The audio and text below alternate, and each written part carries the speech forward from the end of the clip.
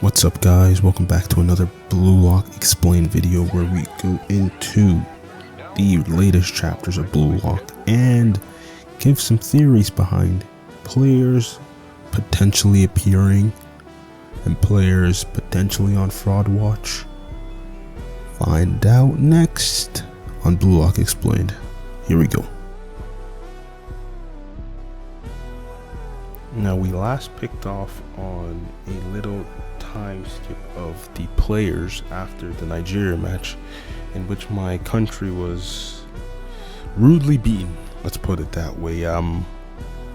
Didn't have a dog in the fight, and we skip over a bit to Isagi worrying about, now that he's number one, the expectations that players like Rin or Julian had to carry on their shoulders each and every game, and it's dawning on him that these are the expectations of a number one player, but he's willing to meet those expectations if he continues to play the way he's been playing this entire time. And now we see in these last two chapters that Hugo, who I don't know if has anything to do with Hugo Lloris or just a name, sees him as a second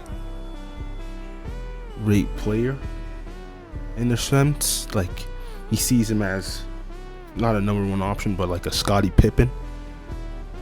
But it's very evident that already we can see this lineup that started the Nigeria game, which remained unchanged, is already a step behind this French team. And it brought me to thinking, what changes could they possibly make, including either playing Shido or Baru. And out of those two options, I'm leaning more towards Baru playing, simply because it's already been shown in the past that Ego does not think Shindu can gel well with this team.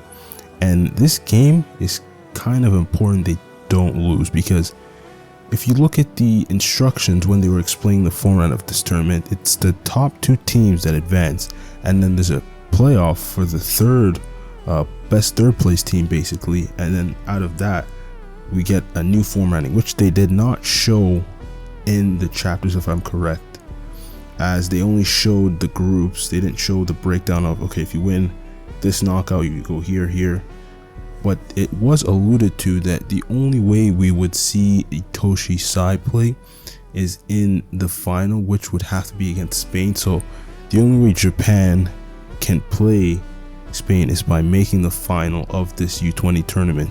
So you could see in that aspect they're not in the same bracket of grouping. So I think Baru is more likely to play, because as shown before, even though he is a similar play style to Shindu in wanting to have the team just basically function for his needs, as we see Uber's was, he still has that element of wanting to gel with the team. And it was shown in the U20 game, in which he scored I think, in my opinion, one of the better goals, or the best goals in Blue Lock, because of the setup and the unexpectedness of him being in that spot to score that goal. I still remember reading it. I think I was taking my break at work, and I was reading on my phone, and it gave me goosebumps, because it was just so well written that it really was a good payoff for that moment. But I think if Shindu were to come on the pitch, he could have grown within that time, but I don't see it happening in this match. Maybe not in the first half, because it's already 1-0 off the first attack, and it's not looking good for the second attack that's about to start. So they could be down 2 or 3 goals by half. We don't know. They could limit it to 1, because it's all up to the author to dictate the pace of the story. Because in the Nigeria match we saw it wasn't that long, but it's 45 minutes per half. It's not the 3-goal rules that we've seen in the previous arc, which allowed the author to fully flesh out his material. There's a time stop. So that's why I even think this could end in a tie, because no one has to reach a certain amount of goals. They just have to play 90 minutes plus added time, but they rarely add time in this because there's barely any injuries, and it's a really fast-paced game per se. But I don't think it's either France dominates or it's going to be a tie. I don't think Blue Lock wins this game. I just don't see it yet. And there's no way, I don't think they could play them in the final. If I'm not mistaken, they might. I'm not sure how the bracketing works, but they might. I don't see them playing France again after this game. So it's a tough one to say. But I think Baru is the first sub off the bench. And this is another thing I wanted to bring up. Kugami. His character has just been pushed to the side. Like, what was the point of the wild card?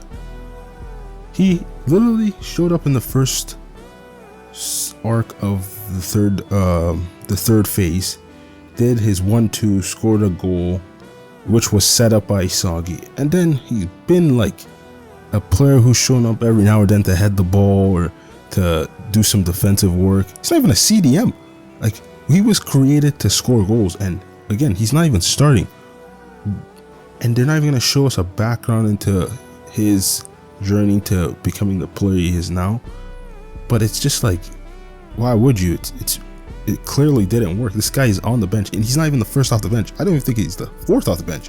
This is the order it's going. It's Baru, Shindu. Who's on the bench? Okay, maybe he's third. Let's put him third because it's striker. But you know, for team wise, I don't know what happened to him. Like, he just isn't relevant. Maybe in the England game he shows up, but I don't think he's playing in this game. I think there could, because there is actually a cap on substitution, I believe they might have increased it to 5 based on the current rules of the game. I believe it's 5, but don't quote me on it because they did not say. But if it is 5, they can make 5 substitutes. So 2, even though I don't think Shindu is playing, are already reserved to Baru and Shindu, and then you have 3. So you know, you hope he gets playing time within those next 3 subs, but it's highly unlikely. It's going to be a very interesting game, I think, more interesting than Nigeria, obviously, for obvious reasons, but I think it's really going to depend what the score is at half, because if they limit it to 2 goals, I think they come back, score 2 in the second half, but I think they're going to shut out the first half. I don't think they're going to score, and I don't think it's going to be close. I think they're just going to get a really rude awakening onto Hugo, because if you look at the formation right now, even though it says he's a central midfielder, he's playing a CDM role to kind of break up play between Rin and Isagi, and I think he's already one step there, as he's already broken the first attack, which is usually your best punch. Really, you know, your game doesn't get better as the game goes on. It's usually the other way around. Players start to figure out your tendencies, they know what you like to do, and I don't think it bodes well for them if they keep the same lineup. But if they change the lineup, then they add a new wrinkle, obviously, and it's gonna be interesting to see. But that was all I had for this video. Just quick, not quick, it's 7 minutes, but just a quick recap of the last chapters and why I think Baru is the more likely option out of the 2 to come on and potentially cause some chaos, because he, in all honesty, is a true number 1 threat, as was pointed out by Snuffy. When it comes to true strikers, he is number 1 in Blue Lock, and it's not disputed. If one of the world best 3 players is saying that, you can't really dispute it. So yep, if you like this video, don't forget to like and subscribe. I'm gonna be posting way more. I'm gonna be posting another video on the new Gen 11 and the players we currently have soon, and the potential players we could see in this World Cup. So if you want to see that, wait about, I don't know, when I finish doing it, and it'll be out. But anyway, if you really enjoyed this video, like, subscribe, 4 more. Her goal the next month is to hit 100 subs and up. And we go again. See you next time. Peace.